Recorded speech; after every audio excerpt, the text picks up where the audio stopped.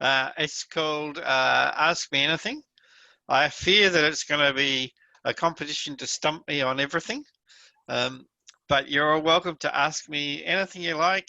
And my goal here will be to help you understand and engage with the community and the specification, and hopefully solve your problems that you have. So how do we, Ren, do you want to actually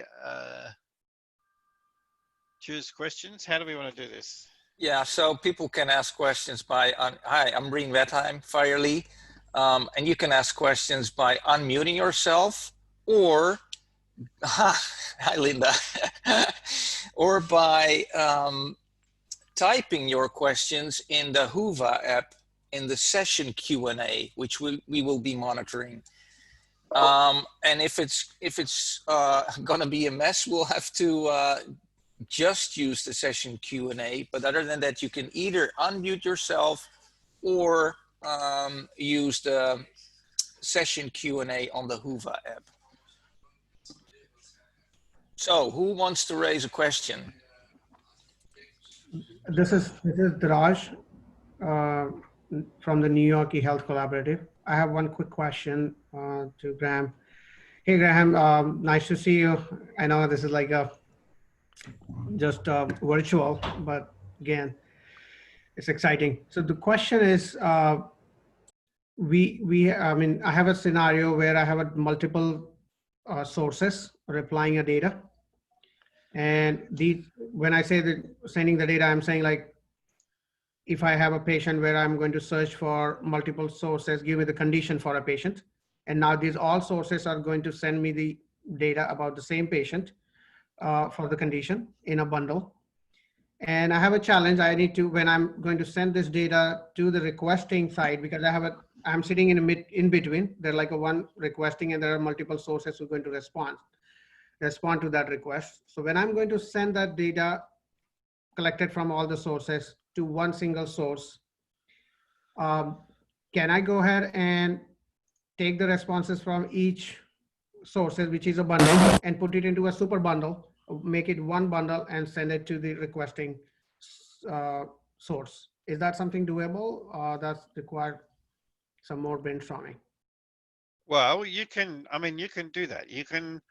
You're in some kind of facade proxy server that's going to query a bunch of inner systems, right, and collect the responses, right? So then, yes, you can just stick them all in together. They'll all have a different full URL that tells you which source system they came from. And so then when people come back, but there's a couple of challenges with that. So I get that. I get a condition resource in it, and I go, hey, I want to look up the provider. But the condition resource has a local reference to practitioner /234. I don't know which of the subsystems it came from. And when they do a request of the 234, then they probably won't include the source where they got that from. So all you've got is a request for practitioner 234, but you don't know which of the inner systems that's referring to. And the other problem that might happen is two different systems use the same identifier for a condition, so you can't even tell them apart.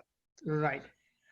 Can I do it differently? Can I put each response, take each responses as a bundle and put them as in my super bundle as an entry so that everything is contained within it? Well, you can, although that would be a different thing for the client, because the client does a search, but they're expecting a single bundle with the list of matches back. And instead, you're giving them a list of bundles, each of which is a search. But it doesn't actually solve the problem because they still come back to you in a contextless request for information. So really, in the end, the central system, the proxy system, basically needs to either track all the identifiers it's sending to the client, and then it knows the context of the identifiers, or modify them. So that's a pretty common thing to do, is people actually have a prefix for each of the inner systems, and they'll automatically prefix all link references and all IDs with the prefix for the system. And then they remove the prefix when they pass it back through to the source system, or some systems just re-identify everything and keep a big table of everything that's gone by. But I think the easiest is the prefix-based approach. But you have to do something, because your context has to be in your RESTful URL. That's the fundamental challenge for a proxy system like that. Yes, that's one challenge we were facing. And then the way I described, like putting a super bundle and then plugging into all other responses coming in. So far we saw that that's working with the source, because we wanted to keep the data as it is. We don't want it to touch the data or append and anything in it. So that's why we kept each responses as a bundle into the entry. I just wanted to confirm if that's like a doable, and that's Well, it's doable, but it's not. I mean, it's not a standard RESTful API, so you could, you'll have to have special clients that know about the change that you've made. Okay. Okay, thank you. Yep, thank you. Thank you, Darash. There's a question here on the session Q&A. Do you know of anyone working on implementation guides focused on a more strongly prescriptive implementation of the problem-oriented medical record concept, Grahame?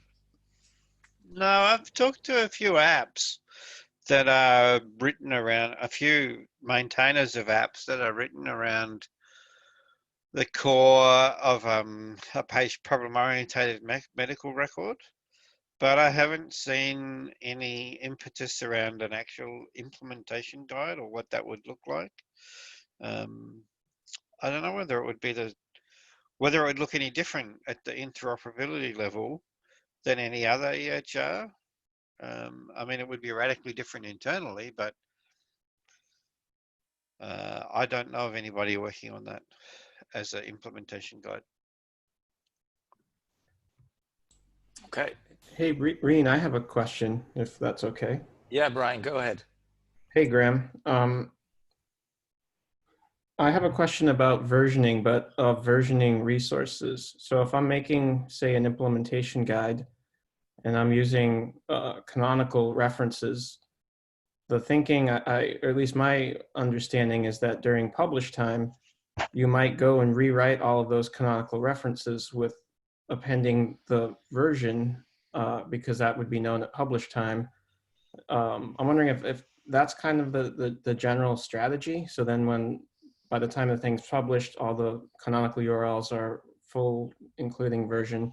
And then the other question kind of related is, does the version of all the pieces within an implementation guide, does that need to match the version of the implementation guide itself? And I don't see that with some of the quality measures. However, other implementation guides I've noticed, all of the members of the IG share the same version as the IG itself.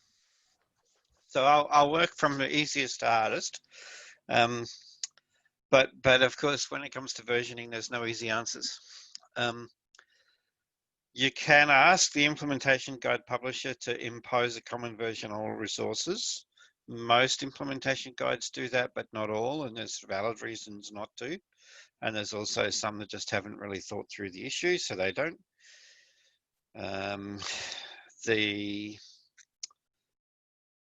Broadly, I mean, so the implementation guide publisher at this stage does not reversion canonical references. It just leaves them as you specified them.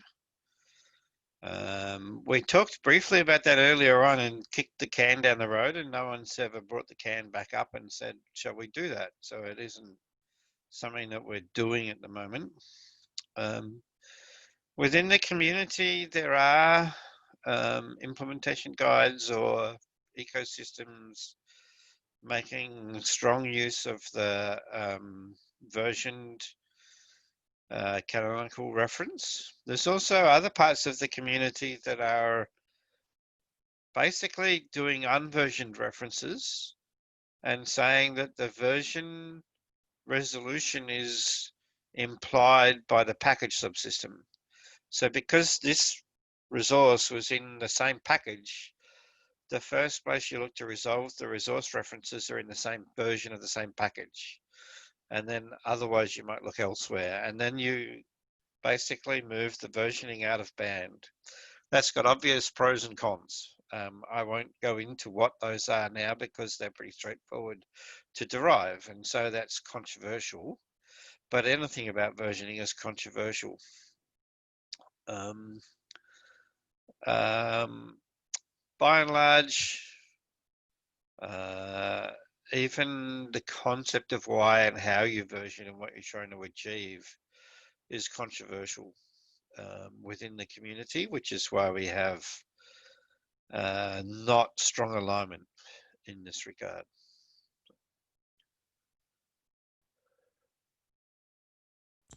Brian, does this help you in your use case?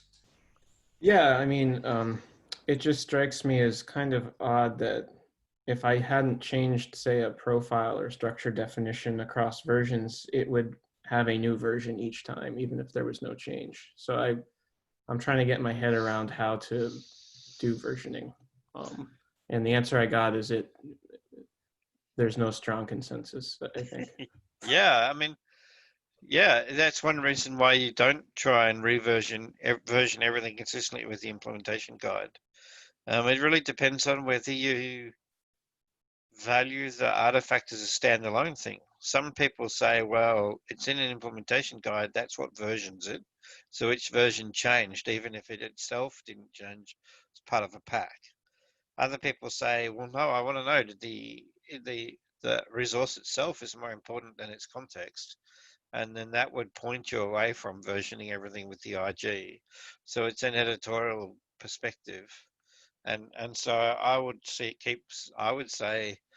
what versioning strategy will drive community engagement, and that's the really controversial part because people feel so strongly about it and bring so many preconceptions to the subject. And you're not writing software, you're writing specifications, and it's a small change that's got not so small ramifications.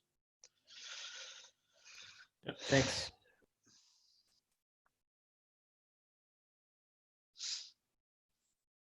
Hey, Graham, this is Chris Moselle. How you doing? Hey, Chris, good. How are you? Good. I'm going to lob you a softball, okay? Okay, thank you. I'm just curious, in your personal perspective, FHIR has enabled a lot of things and had a lot of successes. Is there one or a few that really you're most proud of for FHIR? Like, you know, if you tell people FHIR enabled this one thing to happen that wouldn't have happened prior to FHIR, what would that be?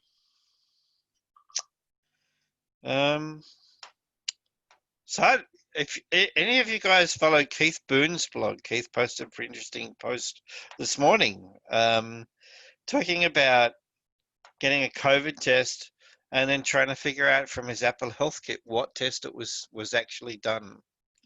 And I'm like, how cool is it that he can actually ask that question from his kit? So I think the thing that I'm most proud of, which is not something I can personally experience yet, is that you can get detailed healthcare information on your phone. Obviously, we have a long way to go, but given the massive amount of change that's required, that's the first thing that I think, you know, has really made me happy. The other thing is that if I look back 10 years ago to where we were in the healthcare standard space, we had a lot of turf wars in the standard space. The standards we were producing were not ready for what was evidently going to come in IT and business and the transformation. And we didn't have a way of developing standards that was fit for the pressure that was going to come. And I know that, you know, I can't explain this to anybody who's not in the specification space, but between us, we've transformed what people expect as behavior from the standards. Everybody collaborates so much better. There's so much more ability to deal. There's still a lot of work to be done, but there's so much we're able to cope with meetings like this, with the social expectations, with actually open processes, and that's something else that I'm really happy about. But in the end, what I really want to be able to say is I can count them, you know, I can count, or I can't count anymore, the number of people's lives who've been transformed or saved by adoption of FHIR in practice. And I think we're not quite there yet.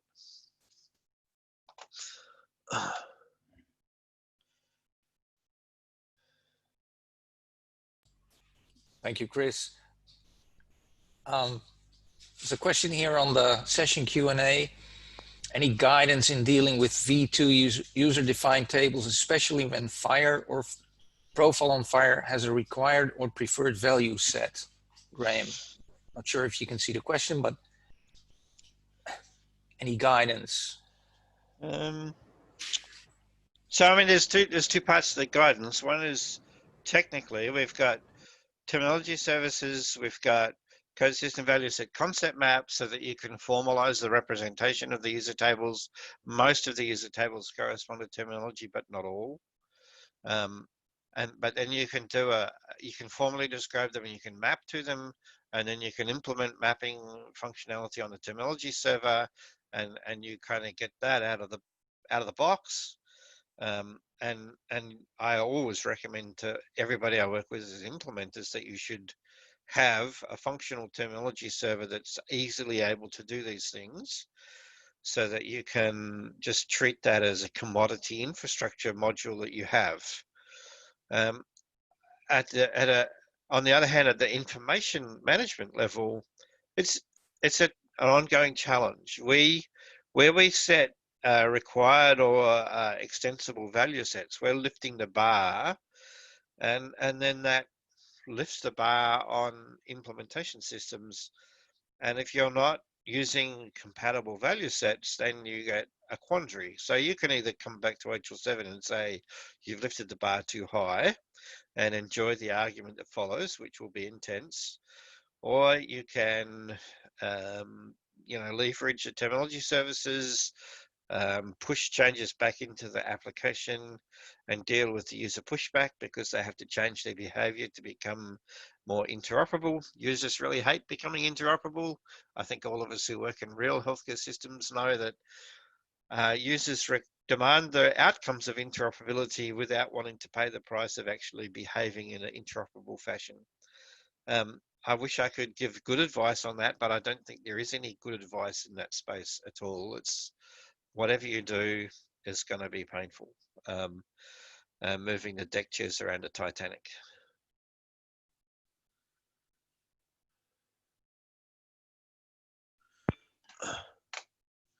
And you're right, it is painful. I know we can use the V2 tables unless there's another required code system, but we're an integrator, so we have literally hundreds or thousands of people sending their own user-defined code tables.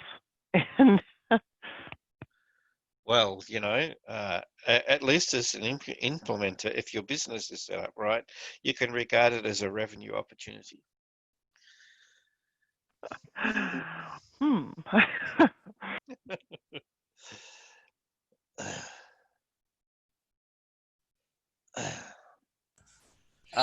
Graham, I have a question here. Mm-hmm. Any known implementations of graph definition or the graph operation? Well, yeah, I implemented it. And so it's running on test.fhir.org, fully supported. Well, evidently I'm about to rewrite all that because we're about to redo the graph definition resource. I think that Happy, I don't see, James is not here, and Mark probably hasn't looked into that yet, but I wrote the graph definition engine in Happy, but I don't think that James has actually integrated it into the server and the graph operation. But actually, I've been working in the last couple of weeks, I've been working with a couple of implementation guide sponsors who would really like to be able to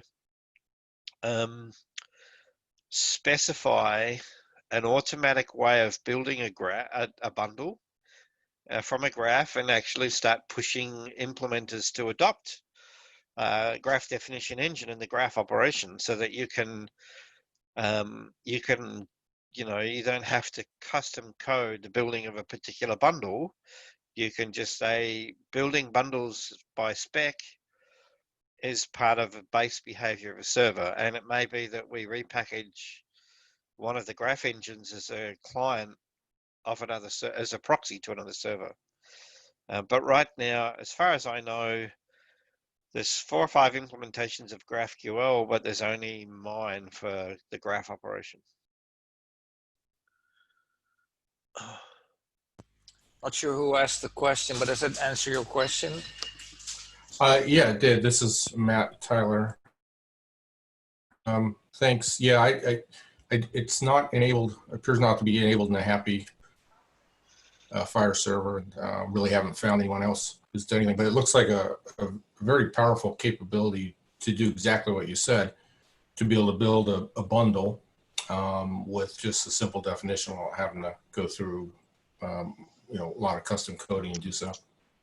Yeah, I think it is indeed, and the genesis of it started with a discussion between Ewart Grahame and myself about how to build higher level constructs on top of what we had. So I hope that it starts getting more use. But if you want it in Happy, you basically have to either, first of all, point out to James on a regular basis that you would value it and get other people to say the same, or do a PR to actually implement it. The engine's there, so it's just a matter of doing all the stitching. It's in the Happy code in FHIR core or not. Actually, I've just looked. It appears that I haven't committed it to the core. When I do the next round of work on graph definition, I'll definitely do the Java version and commit it to core. So there's no way that he could put it in Happy yet, because I didn't actually commit it. So that would be useful, wouldn't it? Well, I would appreciate it, and I'll test it out for you. Okay, cool. Okay, thank you, Matthew. There's a question here around tooling to convert between FHIR versions using the FHIR mapping language maps. Has that been made available in a library or API that's easy to get working? And then I know parts of it are available but can you talk about the FHIR conversion in the FHIR mapping language, and if there's any tooling available there? Or maybe someone from the audience can chime in if they feel like it. So there are FHIR mapping language statements for converting between R2 and R3 and R3 and R4 and vice versa. There is a tooling engine that does support it, and it is freely available as part of the validation engine. You just run the validator with the right mode. But it's not easy to use. In fact, it's not reliable. There's a bunch, if you look at the GitHub repo for the validator, you'll see a bunch of open issues around conversion. And there's also a bunch of unanswered questions on Julep around conversion. And I actually am hoping to get to them next week and spend some time sorting that out so that it runs slick as a reusable tool. And Mark Iantorno, who's on the call here, Mark is working on putting a web interface on the validator, which will include the conversion stuff, which will make it easier again to use. And we'll actually put it up on the web, so you don't have to actually figure out how to run the jar. So we have a bunch of things in process to make it easier to use. The FHIR mapping language statements were written by, for R3 to R4, myself and Alexander, who's also on the call, and my mind's gone blank. Who else? Someone else from FHIR did the work as well. Vadim? Yeah, Vadim. Vadim, yeah. That's right, Vadim, yeah. We did the work, but it's not beyond reproach. because some of the changes in the resources reflect changes to understanding of requirements by the committees. And you can't convert from 3 to 4 or 2 to 3 in the absence of a particular context to understand what it means that those requirements changed. What that means is there's still plenty of opportunity for improvements to the mapping language statements. And there's actually, they live in a repo. And if you want to know where the repo is, ask me on the FHIR mapping language channel on Julep, and we would happily accept PRs against those, but they haven't happened. So it's work in progress to make it work. There's also a way to do it in a .NET library, right, Alexander? Yeah, that's correct. In fact, in the last working group meeting and at the Connectathon, we came up with a new wiki page where we give an overview of all the available implementations and how to run the web interface. I think I can find out that link again and post that here. That'd be that good. Includes links to the .NET implementation as well as the Java implementation.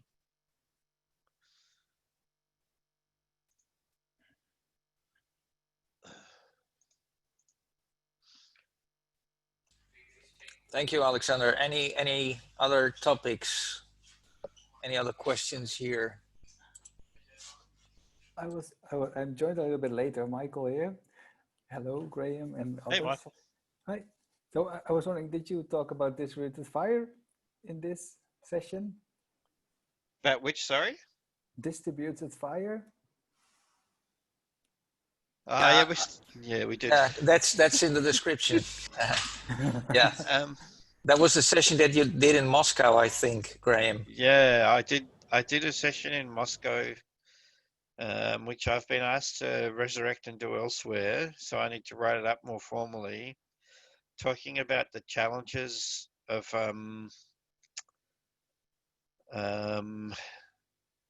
implementing FHIR in a distributed information ecosystem, where in concept every system is FHIR enabled. That just means that you have a common language to talk about your single problem or your combining problem. It doesn't mean that you've combined your information.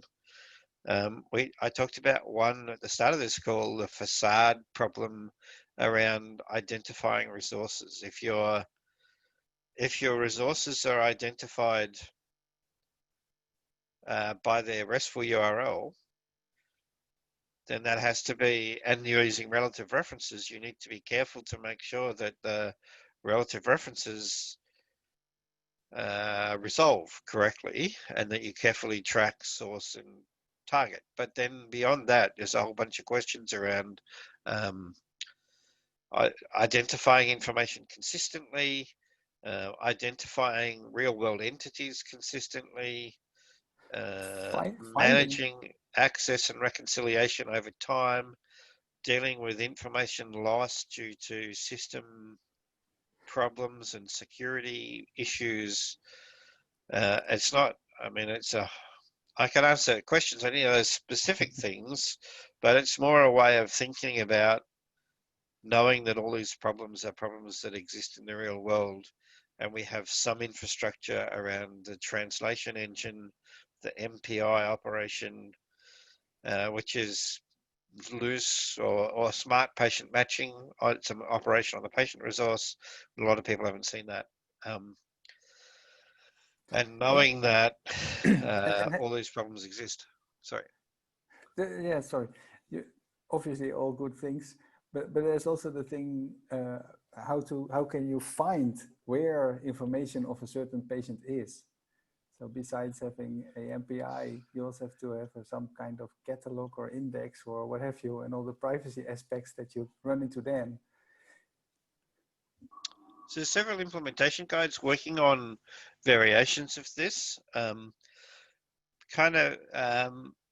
some respects, it's an outgrowth of XDS and document repository or document registry, where you're just saying I'm registering patient. The fact that we have information about a patient. You can move the deck chairs around in terms of privacy and consent and security, which means that there's lots and lots of different ways to design how the system works, and which is one reason why the spec doesn't say very much about it and why it's delegated to implementation guides. IHE is pretty active in this space because of the fact that for most people it's an outgrowth of their XDS work. But there are national repositories being designed and implemented now where instead of saying that we're going to start from a document framework, they're saying we're going to start from a consent framework. And those look very different than the way IHE conceives of the problem, because it came through thinking about documents first rather than consent first. But really, it's more about the XDS framework is very appropriate for high trust institutional HIE kind of arrangements, whereas the consent first approach is more appropriate for a national low trust environment. I don't know whether there'll be a meeting in the middle with a common design or not. It'll be an interesting space to watch how it plays out.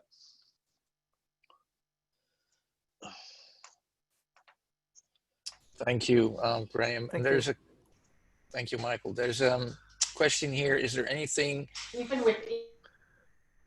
Oh, anyone? There's a question here. Is there anything that you regret, that you wish you would have done differently in FHIR? Early design mistakes that are hard to repair now.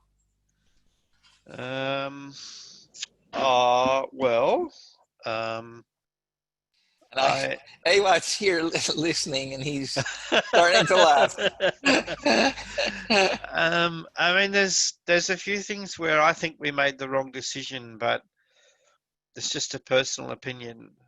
Looking in retrospect, I wish that we had been able to adopt Markdown instead of HTML in the resources, but there was no common mark, and common mark came about too late. I often look at discussions and wish we could have done that.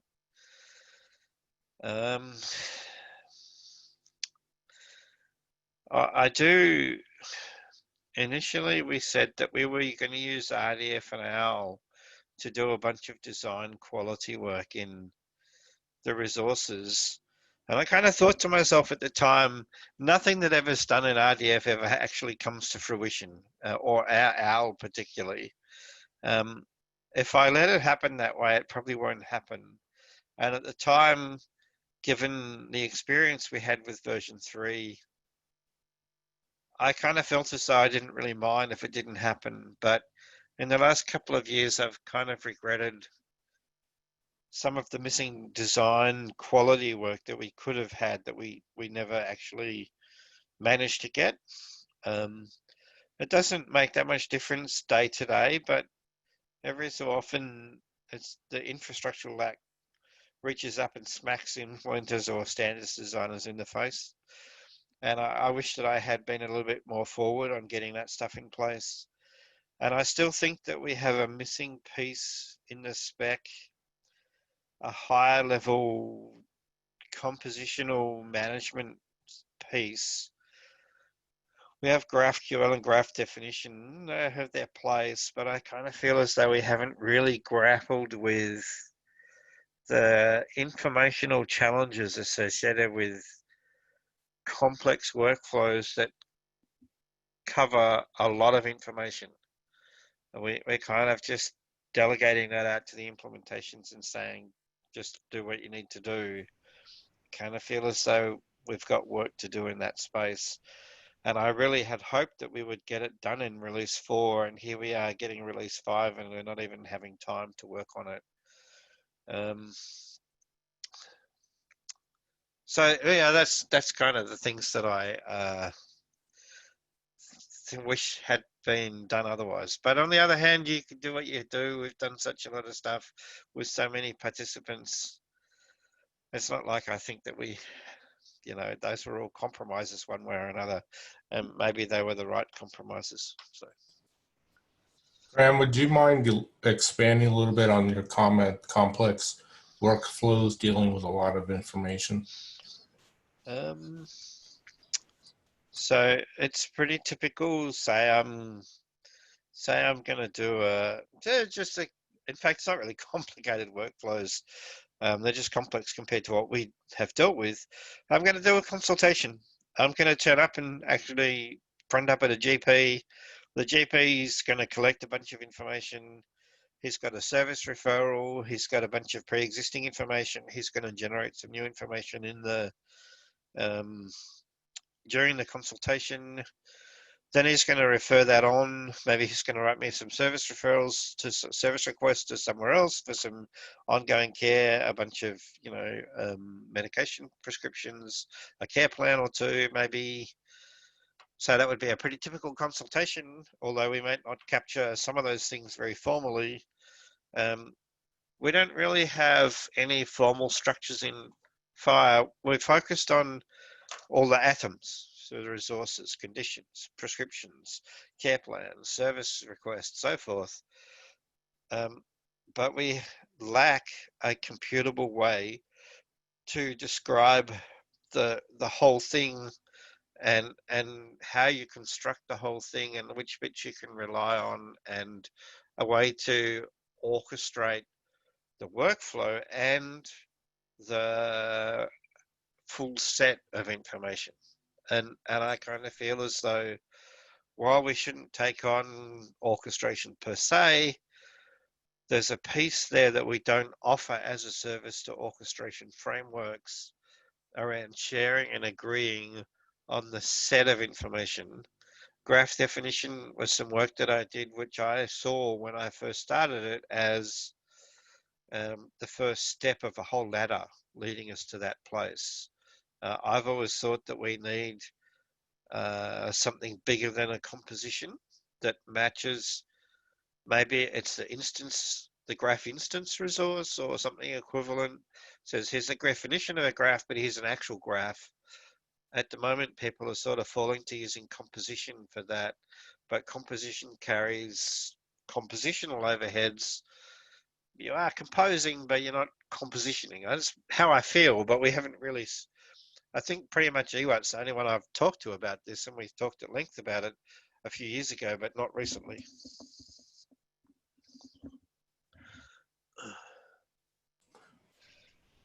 Okay, thanks. That makes sense. Thanks.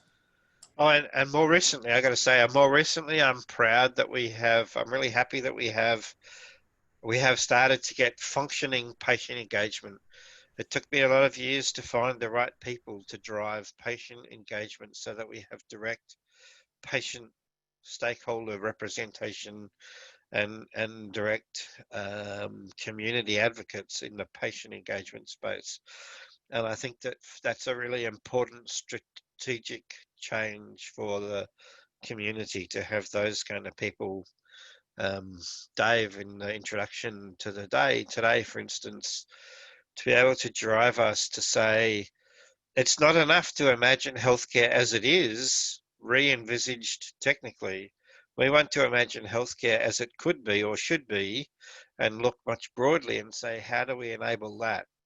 How do we enable patients to drive this? And particularly passionately for me, very often the most important carer for a patient is then one of their family members, particularly if they're chronically ill, they'll have a designated carer, and yet that person has no formal role in their care as far as the system's concerned, and that just seems insane to me. And so I'm really, that's another thing that I think I'm very happy about. Let's go back to an earlier question. Hey, Graham, we're out of time officially. I'm willing to let you talk for as long as you like, though. So, well, I mean, people will just leave. When do we finish up? About in a few now. minutes, right? About now.